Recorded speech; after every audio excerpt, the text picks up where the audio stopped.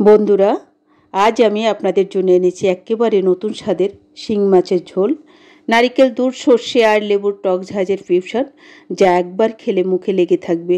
চলুন দেখে নিই আমার নারকেল লেবুর ঝোল রেসিপিটা। আমি প্রথমে সব কটা শিং মাছকে ছাই দিয়ে 1 ঘন্টা রেখেছিলাম। সবগুলো যখন মারা যায় তখন আমি শিং মাছকে মাথা কেটে ফেলে 2 পাশ দিয়ে এভাবে কেটে নিয়ে চামড়াটা টেনে খুলে ফেলি, কারণ শিং মাছের উপরে কালো অংশটা ভালো লাগে না। অনেকে কোথাও শক্ত জায়গায় ঘষে ঘষে সাদা করে নেয়, অনেক সময়ের ব্যবধান। আমি প্রত্যেকটা মাছের কালো চামড়াকে ছিলে ফেলে দিয়ে ধুয়ে নিলাম। এভাবে আমি এখানে মাঝারি সাইজের 8টা শিং মাছ নিয়েছি, ভালো করে ধুয়ে নিলাম সব কটাকে। মাছের মধ্যে আমি 1 চামচ মরিচ দিলাম, 1/2 চামচ হলুদ দিলাম, 1/2 চামচ সরষের তেল দিলাম, আর দিয়ে দিলাম সামান্য লবণ। ভালো করে মেখে নিলাম সব কটা দিয়ে। এভাবে যদি মেখে নেন মাছের গায়ে যে আঁশটা গন্ধ থাকে এটা থাকে না, মাছ ভাজতে ভালো হয়। মাছের মধ্যে অনেকগুলো ডিম হলো, দেখুন অনেকগুলো ডিম পেয়েছি। আমি একটা কৌটোর মধ্যে 20 মিনিটের জন্য রেস্টে রেখে দেব, কারণ ম্যারিনেট করা মাছ যদি কিছুক্ষণ রেখে দেন তাহলে মাছের আলাদা একটা স্বাদ হয়। আমি মাছ রান্নার জন্য 1.5 কাপ পরিমাণ কুচানো পেঁয়াজ নিলাম, মিহি করে কুচানো। তারপরে নিলাম 5টা কাঁচা লঙ্কা, তারপরে নিলাম 1/2 চামচ পরিমাণ রসুন, ঝালের জন্য নিলাম একটু কাঁচা লঙ্কা বাটা, আর নিলাম সরিষা বাটা 3 চামচ। 3 চামচ সরিষা বাটা নিলাম। এখানে নিলাম 4টা পাটা কাঁচা লঙ্কা মাঝখান দিয়ে ছিঁড়ে নেওয়া। নিলাম গোটা লেবু, আপনারা লেবুর রসও নিতে পারেন, আর নিলাম লেবুর রস। সবচাইতে মেন উপকরণ নিলাম 4 কাপ পরিমাণ নারিকেলের দুধ, আর নিলাম গোলমরিচ বাটা, যারা খান না দিবেন না, আর নিলাম লেবুর রস। আপনাদের বোঝার সুবিধার্থে আবারও বলছি, 4 কাপ দুধ, কাঁচা লঙ্কা বাটা, রসুন বাটা, গোটা লঙ্কা, পেঁয়াজ কুচি, 3 চামচ সরিষা বাটা এবং ছেঁড়া কাঁচা লঙ্কা, গোটা লেবু এবং লেবুর রস, আর নিলাম গোলমরিচ। তারপরে ফ্রাই প্যানে সরিষার তেল গরম করে ম্যারিনেট করা মাছগুলোকে ভেজে নেব। অবশ্যই হালকা বাদামি করে ভাজবেন, কারণ এই মাছকে কড়া ভেজে নিলে মাছের স্বাদটা নষ্ট হয়ে যায়। খুব হালকা বাদামি করে ভেজে নেবেন। যখন হালকা বাদামি ভাজা হয় তুলে রাখবেন। অন্য একটা কড়াইতে বা সেই তেলের মধ্যে 3 চামচ পরিমাণ সরষের তেল দিয়ে, আমি ওই সরষের তেলের মধ্যে একটু লবণ দিয়ে দিই, তারপরে মেথি ফোড়ন দিই। যারা খান না দেবেন না, এটার সাথে মেথি ফোড়নটা যায়। তারপরে 4টা কাঁচা লঙ্কা দিয়ে দিই। দেওয়ার পরে যখন ভাজা ভাজা হয়ে আসে তখন কুচানো পেঁয়াজগুলোকে দিয়ে দিই। কুচানো পেঁয়াজগুলো দেওয়ার পরে অবশ্যই লাল লাল করে ভেজে নেবেন, কারণ পেঁয়াজের যদি লাল লাল করে না ভাজেন পেঁয়াজের একটা কাঁচা গন্ধ থেকে যায়।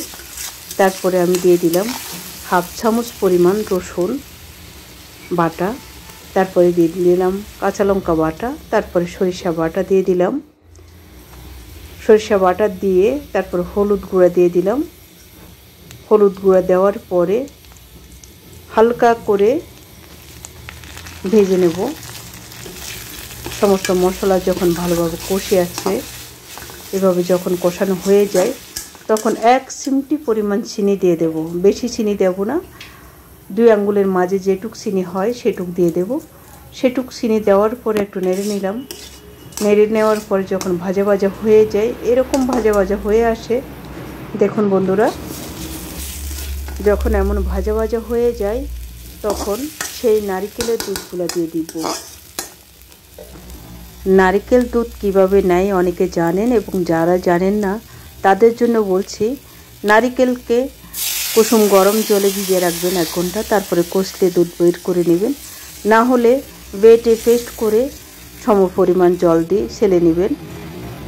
সমস্ত নারিকেল দুধগুলোকে দেওয়ার পরে হালকা চামচ দিয়ে নেড়ে দেব। খুব সুন্দর হয় এই তরকারিটা, অন্যরকম স্বাদ হয় এভাবে যদি করে কেউ। তারপরে যখন তরকারির ঝোলটা ফুটে আসে তখন একটু পরিমাণ মতো লবণ দিয়ে দিই, হালকা লবণ দিয়ে দিই। আমি প্রথমে লবণ দিই নাই। যখন আরও ভালোভাবে ফুটে আসে তখন আমি সেই হালকা ভাজা মাছগুলোকে দিয়ে দিলাম, সাথে মাছের ডিমগুলোকে ভেজে দিয়ে দিলাম।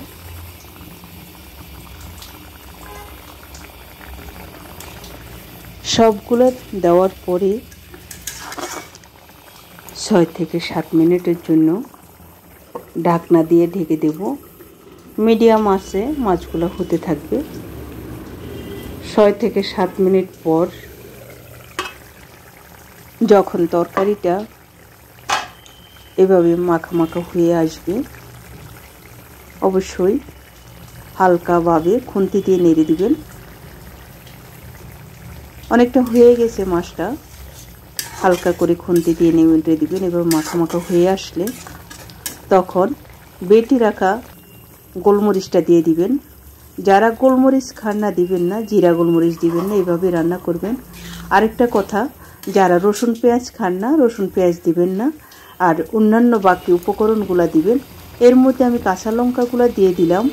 কাঁচা লঙ্কা দেওয়ার পরে আমি সেই সিক্রেট লেবুর রসটা দিয়ে দিলাম।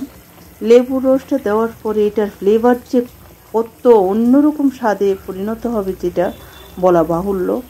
আমি তারপরে ডেকে চুলার আঁচটা বন্ধ করে দিলাম। দেখুন, চুলার আঁচ বন্ধ করার পরও এভাবে তরকারিটা এখনও ফুটছে। কিছুক্ষণ পর যখন ঢাকনা খুলি দেখুন তরকারিটা একদম মাখো মাখো হয়ে যায়। খুব অসাধারণ দৃশ্য, যেটা বলার বাহুল্য। যারা রান্না করবেন দেখবেন তরকারির যে কালার, তরকারির যে স্বাদ, একটা অন্যরকম গান, যেটা বলে বোঝানো যাবে না। লেবুর একটা আলাদা একটা ফ্লেভার আছে। লেবুর ফ্লেভারটা একটা টক মিষ্টির ব্যালেন্স রেখে দেয়, খুবই সুস্বাদু হয়। নারকেলের দুধ একটু মিষ্টি জাতীয়, তাই টক যদি দেন খুবই সুস্বাদু হয়, খুবই মজা হয়। অনেকে হয়তো দধি দিয়ে রান্না করছেন, আপনারা লেবুর রস দিয়ে এভাবে যদি রান্না করে দেখেন, যেভাবে আমি সূক্ষ্মভাবে পরিমাণগুলো দিয়েছি, এভাবে রান্না করে খেয়ে দেখবেন, খুবই সুস্বাদু, কোনো ভুল হবে না। যারা একটু ঝাল বেশি খান তারা অবশ্যই একটু কাঁচা লঙ্কা বেটে দিবেন। আমি এর মধ্যে কোনো গুঁড়া লঙ্কা দিই নাই, আদা বাটা দিই নাই, জিরা বাটা দিই নাই। আমি খুব সিম্পলভাবে মাছটাকে রান্না করে দিই। এটা যদি গরম ভাতের সাথে খান আর অন্য কোনো তরকারি লাগবে না, একটা দিয়ে আপনার পেট ভরে যাবে। কারণ আমরা প্রতিদিন নিত্য নতুন তরকারি রান্না করতে পারি না। আমরা অনেক সময় একঘেয়েমি তরকারি রান্না করি। একঘেয়েমি তরকারির কারণে হয় কি, আমাদের খাওয়ার রুচি নষ্ট হয়ে যায়। আমরা যদি ভিন্নভাবে, ভিন্ন আঙ্গিকে আমরা যদি তরকারি রান্না করি মাঝে মধ্যে, দেখবেন আপনার খাওয়ার রুচিতে পাল্টে যাবে। তখন আপনার খেতে বারবার মন চাবে। খুবই লোভনীয় হয়েছে আমার এই তরকারিটা। দেখুন বন্ধুরা, আপনারা রান্না করে খেয়ে দেখবেন, না হলে বুঝতে পারবেন না এই তরকারিটা যেভাবে রান্না করেছি এভাবে সত্যি স্বাদ কিনা। খুবই মজাদার, খুবই লোভনীয়। রসুনের আলাদা একটা ফ্লেভার আছে, তার মধ্যে লেবুর একটা আলাদা ফ্লেভার আছে।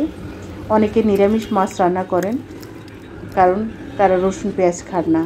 যারা রসুন পেঁয়াজ খান না তারা এভাবে রান্না করে দেখবেন, খুবই লোভনীয়, যেটা বলার বাইরে। লেবুর একটা আলাদা ফ্লেভার আছে, আলাদা লেবু নেওয়া লাগছে না, কাঁচা লঙ্কার আলাদা একটা স্বাদ, আর এর মধ্যে ঝাঁঝালু সরিষার একটা আলাদা স্বাদ।